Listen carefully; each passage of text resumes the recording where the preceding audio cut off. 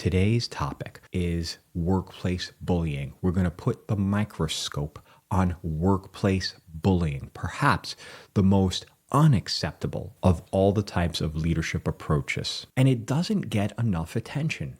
We think bullying mostly is a problem for children on the playground. And yeah, that's a problem. But when you're growing up and you're a kid and you're on the playground and you might face a bully or a situation where you're going to get bullied, you're taught that if a situation like this arises, at least the way I was taught, is that you have to stand up for yourself. You have to push back. You have to fight back. Otherwise, the bullying will continue. Bullies typically don't want to be engaging with someone who's willing to push back, who's willing to fight back. So when they try it with someone who's willing to stand up for themselves, who's willing to push back, who's willing to fight back, they typically back off and go to the next person who is not willing to do that. But bullying doesn't end on the playground. It actually exists in adulthood when we get into the workplace. Many times we can feel like we're getting bullied. We can feel like that's the situation, but we're not sure, or colleagues say that's not really what's happening. So let me paint the picture for you. You have a manager that belittles you or mocks you openly in meetings. You get public reprimands that are disguised as feedback, withholding of opportunities or information, micromanagement as a way to control, disproportionate blame for small mistakes, favoritism towards others, emotional manipulation that comes in the form of guilt trips or passive-aggressive comments, or undermining in front of your peers. All these examples are examples of workplace bullying. So let's talk about the paradox I mentioned earlier. When you're growing up, you're taught stand up for yourself. And that usually works on the playground. But in the workplace, if you stand up for yourself against someone who is in a position of power, someone who is your boss, someone who has control over your career path for the moment, what does standing up for yourself usually result in when you're working for people like this, or when you're in an environment or culture like this? Well, here are some of the labels you might get if you decide to stand up for yourself when faced with bullying managers, bullying leaders. She's difficult. He's not a team player. Really hard to manage. Overly sensitive. You're rocking the boat. Too much drama. Just uncoachable. And then these labels, they follow you. They follow you into your performance reviews, promotion opportunities, and closed-door conversations, the rooms that you're not in. These labels follow you, all because you decided to stand up for yourself. And that comes with real damage, real consequences. Number one, your confidence starts to erode. No matter how confident you think you are, when this happens for any meaningful period of time, it's like a constant beatdown, and you start to question yourself. In fact, others around you may start to aid in that questioning of yourself. So your confidence erodes. You begin to hesitate to speak up for fear of being mocked openly in a room, or criticized, or being labeled as difficult. This creates chronic stress. I mean, we're talking about your career here. You're talking about the way in which you have decided to provide for you and your family. And you can feel it every day not going well. So this creates stress, chronic stress, anxiety, sleepless nights, and that affects your health. It results in career derailment. You're stuck underneath the umbrella of this leader that is a bully, this leader that clearly doesn't like you. For whatever reason, you're not in the crew, you're not in the clique, you've decided to push back, you've decided to challenge something, and yet you're stuck under this umbrella for the time being. Even if it was a role you enjoyed, a role you liked, a role that you went to school to get, and now you're stuck thinking, can I even stay here? Because I'm stuck under the umbrella of a leader who has chosen to lead through fear, who has chosen to bully. And if I stay and try to weather the storm, try to get in good with this person, which, by the way, rarely works, and I don't get in good, it's going to mean that I'm likely going to be passed over for opportunities, for promotions. And I might even get pushed out eventually. And then I have wasted all this time trying and trying and trying. And you end up finding yourself in a position where you've left a job you loved, you left a job you went to school to get just to get relief. Relief from the bullying, relief from the anxiety, the stress, the sleepless nights. And you may even find yourself needing to take a step back, to take a salary hit, to start over. And this has broader effects if you happen to be someone who has your own team. They can see if you're making headway. They can see if you're respected. They can see if your ideas get traction. They can see and hear if you're being left out of the room. They can see if you're able to get results. If you're not able to get promoted, if you're not able to get opportunities, how can they get promoted? Can they get opportunities? And it's understandable. Again, everybody needs to take care of themselves and their own family. So the bullying behavior of that leader that you have has now not just impacted your career, but it's starting to impact other careers. And it's starting to impact your ability to lead effectively yourself. So you can see the ripple effects here. And when I talk about cultures and how one leader, or one, I should say, person in a leadership position that chooses to act in this way, chooses to behave in this way, chooses to bully, chooses to lead with fear, can have a massive ripple effect throughout the organization. And if this is allowed with one person, you can only imagine that it is allowed with other leaders, because leadership at the top has decided they would allow it. And that's where a toxic culture starts to manifest. And this behavior goes home with people. Every single one of you listening today has had to have the experience where you go to work one day and you have a wonderful experience. You get clear appreciation. Maybe you got a promotion. Maybe you got a raise. Maybe you got that all-important pat on the back after working hard for many months. And you walk home with an extra hop in your step. You get home, you hug and kiss your spouse. You say hi to the kids. Maybe you say, hey, let's go have a catch. You just energize. You get to the dinner table. You're all ears with what their day was like. You're listening. And then you're really happy to share what happened during your day. But the opposite is also something many or all of us has experienced. You go to work and you experience this bullying type of behavior. You got ridiculed in front of your peers, laughed at, left out of an important meeting. You heard a label that you've now been given. He's difficult. When you go home, your walk is slower. You're in your head. So your wife says hi, shares a part of her day, and you're not really listening. You're sitting at the dinner table and you're not there when the kids are starting to share how their day was. Or maybe something good that happened in their day or something bad that happened in their day and they're trying to share and you're not all the way there. You're distant. They can feel it. This is why I decided to write the book Leadership at the Dinner Table, because leadership goes way beyond the office walls, and true leaders embrace the responsibility that goes beyond those office walls. If you haven't signed up for the wait list, I'll put the link in the description here. Please do so. I'm creating something special, a different leadership book. This is a book you're going to want to read. You're going to want to get. Written from someone who has experienced all the angles, from coming up with an organization being led to being the leader in an organization. So why does this kind of behavior thrive? It's really simple.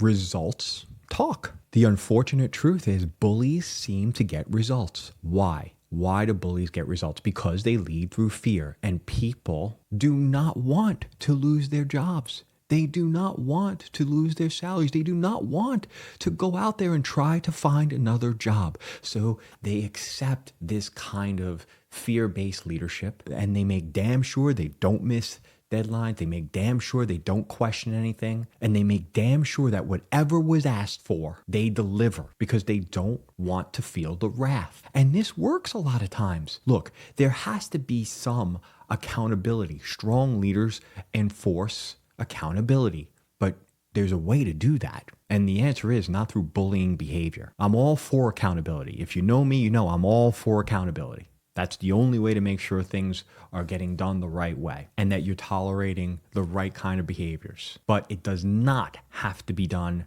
through fear-based leadership. But the unfortunate truth is that's what many leaders gravitate towards, because it's the only way they know how. I have authority. I said so. Therefore, it must be done. Do it or you're gone. That's what they gravitate towards because they don't know how to truly lead. And they just lean on the fact that they are in a position of authority, which means they get to tell you what to do and how to do it. And if you do it, and if you do all those things, things will be good for you. And if you don't, things will not be good for you. And people bend to that. And it gets results for the short term. And that's the key. This kind of leadership is short-term leadership.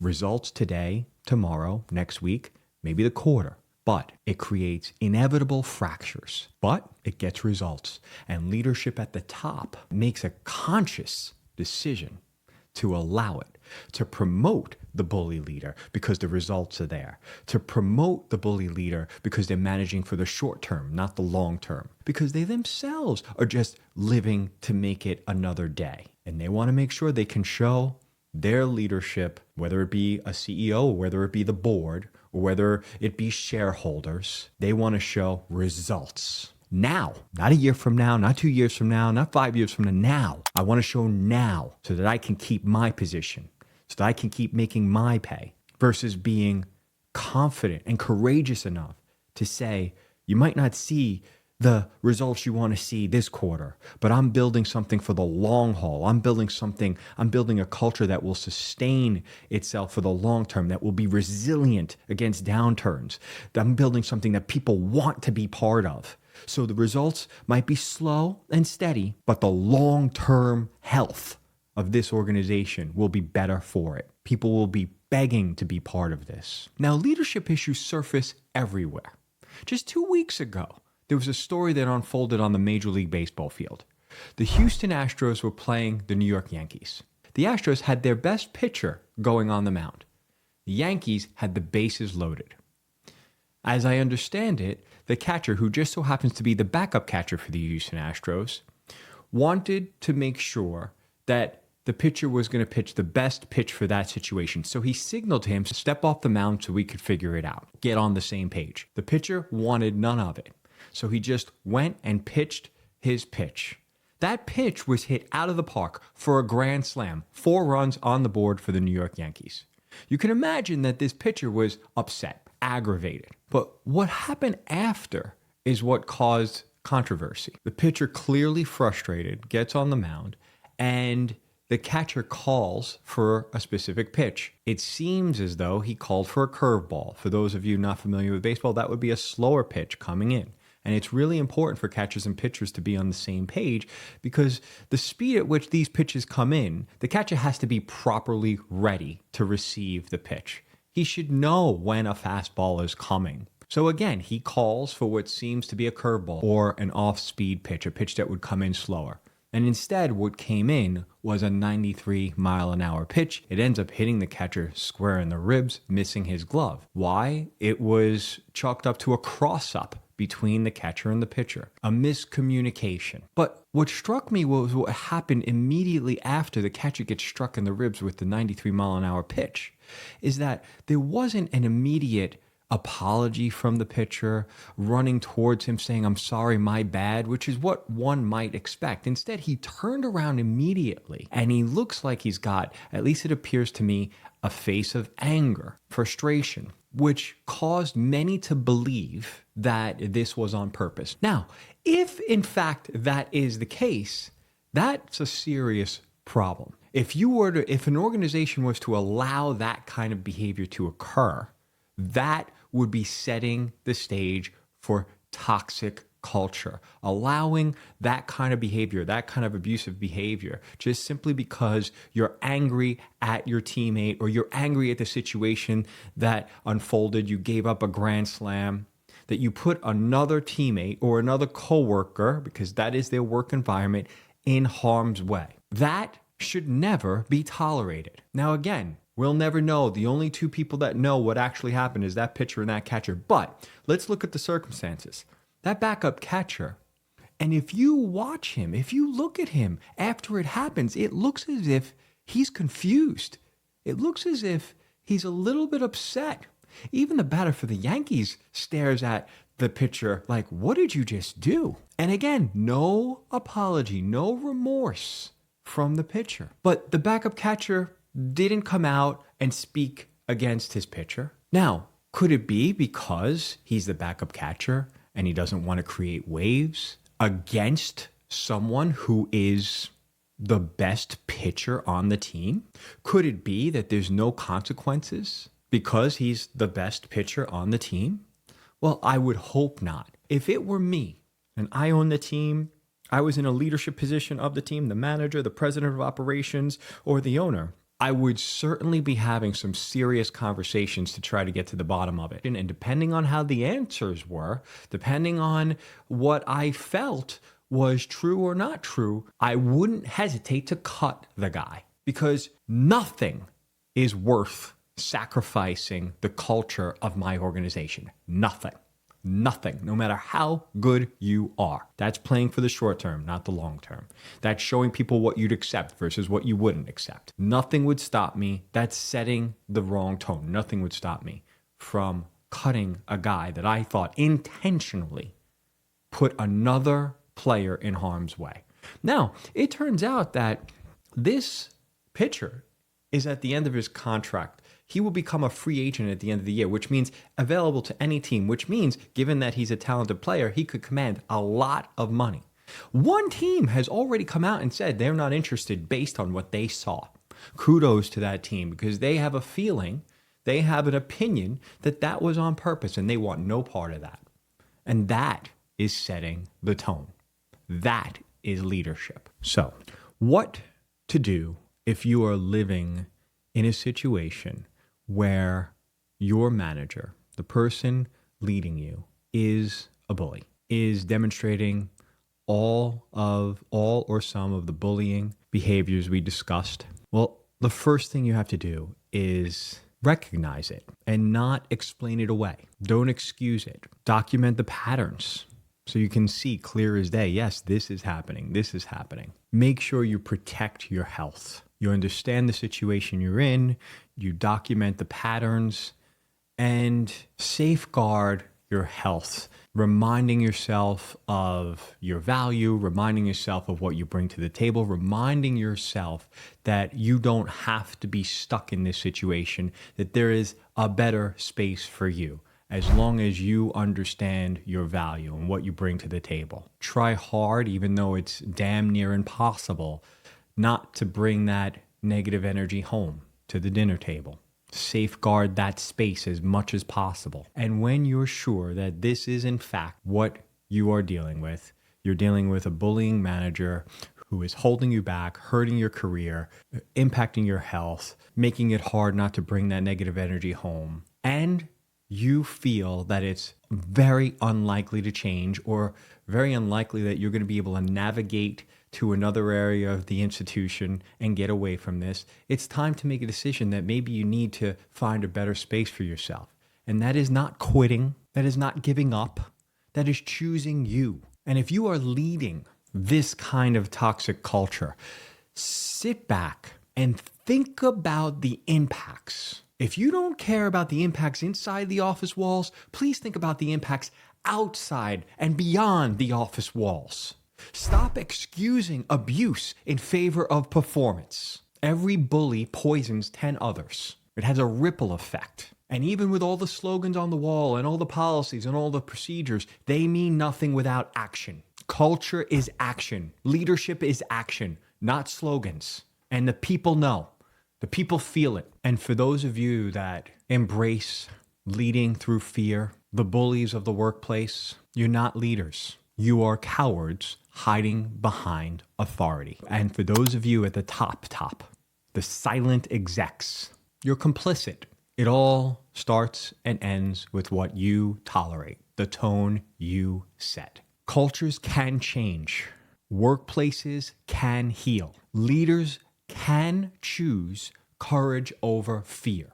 It's unfortunate, but the playground really never went away. It just got promoted. And the cost of ignoring it is far too high. Once again, leadership is the greatest opportunity we will all have to make a meaningful impact. But that impact can be for better or for worse. Choose wisely, because that impact goes beyond the office walls.